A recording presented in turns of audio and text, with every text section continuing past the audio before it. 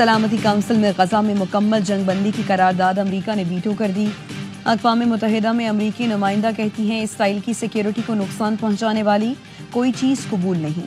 Hamas کو شکست دینا اور دوبارہ خطرہ نہ بننے دینا اسرائیل کا حق ہے۔ امریکی مخالفت کسی کو حیرانی نہیں ہونی چاہیے۔ قرارداد سلامتی کونسل کے 10 مستقل اراکین نے پیش کی تھی۔ پاکستان سمیت 14 ممالک نے قرارداد کی حمایت کی۔ غزہ پر قرارداد ویٹو ہونا سلامتی کونسل کا غیر مؤثر ہونا ثابت کرتا ہے۔ قرارداد مسترد ہونے سے بہت خطرناک پیغام جائے گا۔ پاکستان کے مستقل مندوب عاصم افتخار کا سلامتی کونسل سے خطاب، کہا غزہ میں 54,000 سے زائد فلسطینی شہید ہو چکے۔ سیکیورٹی کونسل کی جانب سے جنگ بندی میں ناکامی تاریخ میں یاد رکھی جائے گی۔ اسرائیل غزہ میں عالمی قوانین کی مسلسل خلاف ورزی کر رہا ہے۔ زمین پر غزہ کا حال جہنم سے زیادہ برا ہے۔ 24 گھنٹوں میں 100 سے زائد فلسطینیوں کو قتل کیا جا چکا۔ ڈونلڈ ٹرمپ امن کی پیامبر ہیں۔ پاک بھارت جنگ بندی میں امریکی صدر کا کردار دل سے سراہتے ہیں۔ صدر ٹرمپ دنیا میں معاشی استحکام اور امن کے خواہاں ہیں۔ سیز فائر ہو گیا، دعا کرتے ہیں طویل مدت تک رہے، چاہتے ہیں سیز فائر سے امن اور تجارت کی راہیں کھلیں۔ وزیر اعظم شہباز شریف کا امریکی سفارت خانے میں تقریب سے خطاب، کہا بھارت پہلگام واقعے پر دنیا کو کوئی ٹھوس ثبوت نہ دے سکا، عالمی سطح پر تحقیقات کی پیشکش پر جارحیت سے جواب دیا گیا۔ ہم نے صرف اپنے دفاع میں 6 بھارتی طیارے گرائے۔ اس وقت امریکی دوستوں نے کہا کہ اب سیز فائر ہونا چاہیے۔ میں نے جواب دیا کہ ہم سب امن چاہتے ہیں۔ دوست اور عرب ملکوں نے بھی بہترین کردار ادا کیا۔ وزیر اعظم شہباز شریف سے بیلاروس سے آئے وفد کی ملاقات، وزیر اعظم نے مہمان وفد کو بھارتی جارحیت سے آگاہ کیا۔ بیلاروسی وزیر دفاع نے وزیر اعظم شہباز شریف کو اپنے صدر کی نیک خواہشات کا پیغام پہنچایا۔ پاکستان سے تعلقات برقرار رکھنا امریکہ کے لیے انتہائی اہم قرار، بھارت سے حالیہ کشیدگی نے پاکستان کی اہمیت اجاگر کی۔ اسلام آباد اور نئی دہلی کے درمیان تنازعات کسی کے مفاد میں نہیں، امریکہ کے پالیسی ساز ادارے ہیڈسن انسٹی ٹیوٹ کی رپورٹ۔ تجویز دی کہ انسداد دہشت گردی پر پاکستان اور امریکہ کے مشترکہ مفادات ہیں۔ وقت آ گیا ہے واشنگٹن اور اسلام آباد باہمی دلچسپی کے امور میں عملی شراکت داری کی بنیاد رکھیں۔ ہیڈسن انسٹی ٹیوٹ نے تجویز دی مستحکم جنوبی ایشیا کے لیے مستحکم پاکستان کی ضرورت ہے۔ امریکہ اور پاکستان کے درمیان تعلقات اچھے کرنے کا بہترین موقع ہے۔ پاکستان پر اثر و رسوخ کے ذرائع تلاش کرنا دانش مندی ہوگی۔ پاکستان چین کے ساتھ بھی گہرے تعلقات کا خواہاں ہے۔ پاکستان کا سفارتی وفد بلاول بھٹو کی قیادت میں امریکہ میں سرگرم، بلاول بھٹو کا واشنگٹن میں امریکن فار ٹیکس ریفارمز کے زیر اہتمام تقریب سے خطاب، کہا جنگ بندی میں کردار پر امریکی صدر کے شکر گزار ہیں۔ یہ ایسا تنازع تھا جو پاکستان نے شروع کیا، نہ ہی خواہش کی۔ امن چاہتے ہیں کیونکہ امن تجارت بڑھائے گا اور تنازعات کم کرے گا۔ تقریب کی صدارت معروف امریکی شخصیت نے کی۔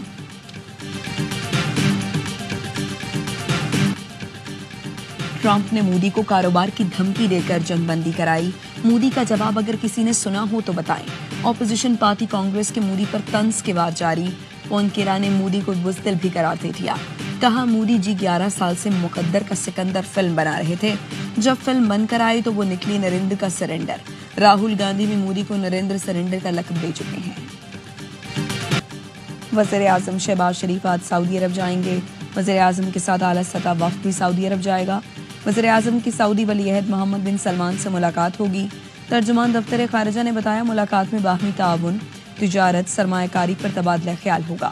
علاقائی امن اور سلامتی کے امور پر بھی تبادلہ خیال کیا جائے گا۔ وزیر اعظم حالیہ پاک بھارت کشیدگی میں کمی کے لیے کردار پر اظہار تشکر کریں گے۔ وزیر اعظم کا 2 روزہ دورہ اسٹریٹجک شراکت داری پر مبنی تعلقات کا مظہر ہے۔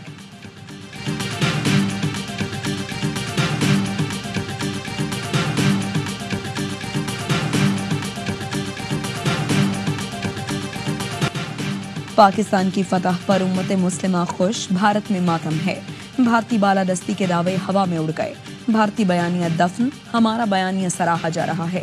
پاکستان نے 3 نہیں 4 رافیل گرائے، نائب وزیر اعظم اسحاق ڈار کی نیوز کانفرنس، بتایا چین نے پاکستان کی درخواست پر سی پیک کو کابل تک وسیع دینے پر رضامندی ظاہر کی ہے۔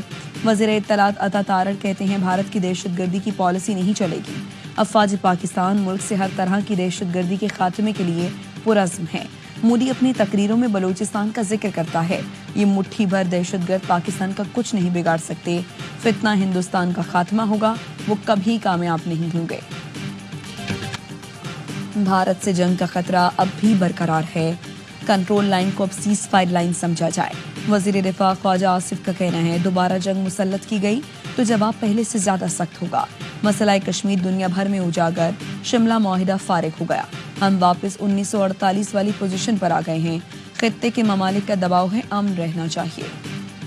سفارتی میدان میں پاکستان کی بڑی کامیابی، بھارت کو بڑا دھچکا، دہشت گردی کے خلاف پاکستان کی کاوشوں کا عالمی سطح پر اعتراف۔ اقوام متحدہ میں پاکستان کو انسداد دہشت گردی کمیٹی کا وائس چیئرمین منتخب کر کیا گیا۔ کمیٹی عالمی سطح پر دہشت گردی کے خلاف اقدامات کی نگرانی کرتی ہے۔ پاکستان طالبان پر پابندیوں سے متعلق کمیٹی کی صدارت بھی کرے گا۔ کمیٹی طالبان کے اثاثے منجمد، سفری پابندیاں، ہتھیاروں کی روک تھام کے فیصلے کرے گی۔ پاکستان کو دہشت گردوں کا سہولت کار قرار دینے کا بھارتی بیانیہ دفن ہو گیا۔ وزیر اعظم کی زیر صدارت قومی اقتصادی کونسل کا اجلاس 1000 ارب روپے کا وفاقی ترقیاتی بجٹ منظور کر لیا۔ ذرائع کا کہنا ہے اجلاس میں آئندہ مالی سال کے لیے 4.2% جی ڈی پی گروتھ منظور کی گئی۔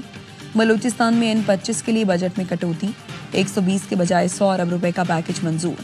برآمدات کا ہدف $35 ارب مقرر کرنے کی منظوری۔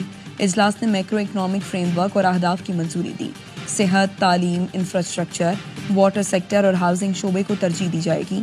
اجلاس میں وفاق کے نمائندوں سمیت 4 وزراء اعلیٰ شریک ہوئے۔ قومی اقتصادی کونسل اجلاس میں وزیر اعظم سے سندھ کے شکوے۔ وزیر اعظم نے وفاقی ترقیاتی پروگرام میں سندھ کا ترقیاتی بجٹ 47 ارب سے بڑھا کر 65 ارب روپے کر دیا۔ اراکین قومی اسمبلی کا ترقیاتی بجٹ 50 ارب روپے سے بڑھا کر 70 ارب روپے ہوگا۔ وزیر اعلیٰ پنجاب کی درآمدی پریکٹس پر ڈیوٹی میں ریلیف کی تجویز نہیں مانی گئی۔ وزیر اعظم کی صوبوں کو زرعی پیداوار بڑھانے کی ہدایت۔ وزیر اعلیٰ سندھ کا موقف تھا زرعی انکم ٹیکس لگنے سے زراعت کی پیداوار مزید کم ہوگی۔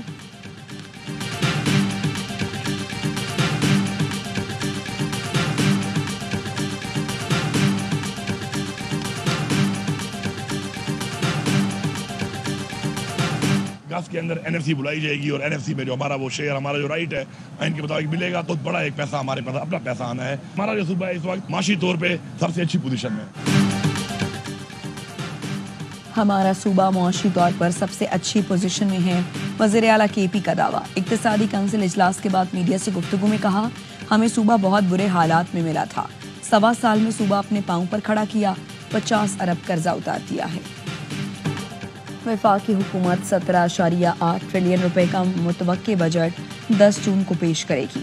ذرائع کا کہنا ہے آئندہ بجٹ کا حجم رواں بجٹ سے 900 ارب روپے کم ہو سکتا ہے۔ IMF کی کفایت جاری پر سختی سے عمل درآمد کی ہدایت۔ تمام وفاقی وزارتوں اور محکموں کو نئی گاڑیاں خریدنے پر پابندی ہوگی۔ بجلی اور گیس کے بلوں کو محدود رکھا جائے گا۔ غیر اعلانیہ منصوبوں یا دیگر مد میں فنڈز خرچ نہیں کیے جائیں گے۔ IMF حکومت مذاکرات کے بعد 1 جولائی سے زرعی آمدن پر انکم ٹیکس وصولی کا آغاز کر دیا جائے گا۔ 100 ارب روپے سے زائد ٹیکس وصولی کی گنجائش۔ سابق گورنر سندھ اور نواز شریف کے سابق ترجمان محمد زبیر کا PTI میں شمولیت کا امکان۔ ذرائع کے مطابق بانی PTI سے محمد زبیر کی پارٹی میں شمولیت سے متعلق مشاورت کر لی گئی۔ محمد زبیر کی PTI میں ممکنہ شمولیت کا اعلان عید کے بعد کیا جائے گا۔ وزیر مملکت برائے کرپٹو بلال بن ثاقب کا وائٹ ہاؤس کا دورہ، صدر ٹرمپ کے مشیر سے ملاقات۔ پاکستان میں کرپٹو کرنسی کے شعبے میں ہونے والی پیش رفت سے آگاہ کیا، کہا پاکستان کرپٹو کرنسی کے لیے مضبوط ریگولیٹری فریم ورک کی تیاری کے لیے پرعزم ہے۔ کرپٹو کرنسی سے متعلق امریکی اقدامات مشعل راہ ہیں۔ کرپٹو کونسل قیام کے بعد بلاک چین ٹیکنالوجی، ڈیجیٹل اثاثوں کے لیے پالیسی تیار کی جا رہی ہے۔ پالیسی کا مقصد معیشت کو ڈیجیٹل دور سے ہم آہنگ عالمی سرمایہ کاری کو متوجہ کرنا ہے۔ ٹرمپ کے مشیر رابرٹ ہاربس نے کہا کرپٹو کرنسی بلاک چین کے لیے پاکستان سے تعاون کے امکانات خوش آئند ہیں۔ ملی جیل سسٹم کے کارندے راشد چنگاری کی گرفتاری کا حکم، وزیر جیل خانہ جات علی حسن زرداری کا جیل کا دورہ، کانسٹیبل راشد کے خلاف ایکشن کا حکم دیا۔ راشد چنگاری جیل سے فرار ہو چکا۔ وزیر جیل نے کہا مجھ سے جھوٹ بولا گیا کہ ملیر جیل میں CCTV لگے ہیں، CCTV کیمرے ہوتے تو واقعے کی تہہ تک پہنچنے میں دیر نہیں لگتی، انکوائری شفاف ہوگی، کسی کو معاف نہیں کیا جائے گا۔ ملیر جیل کراچی سے فرار ہونے والے مزید 12 قیدی گرفتار، تعداد 106 ہو گئی، 110 قیدی اب بھی مفروغ۔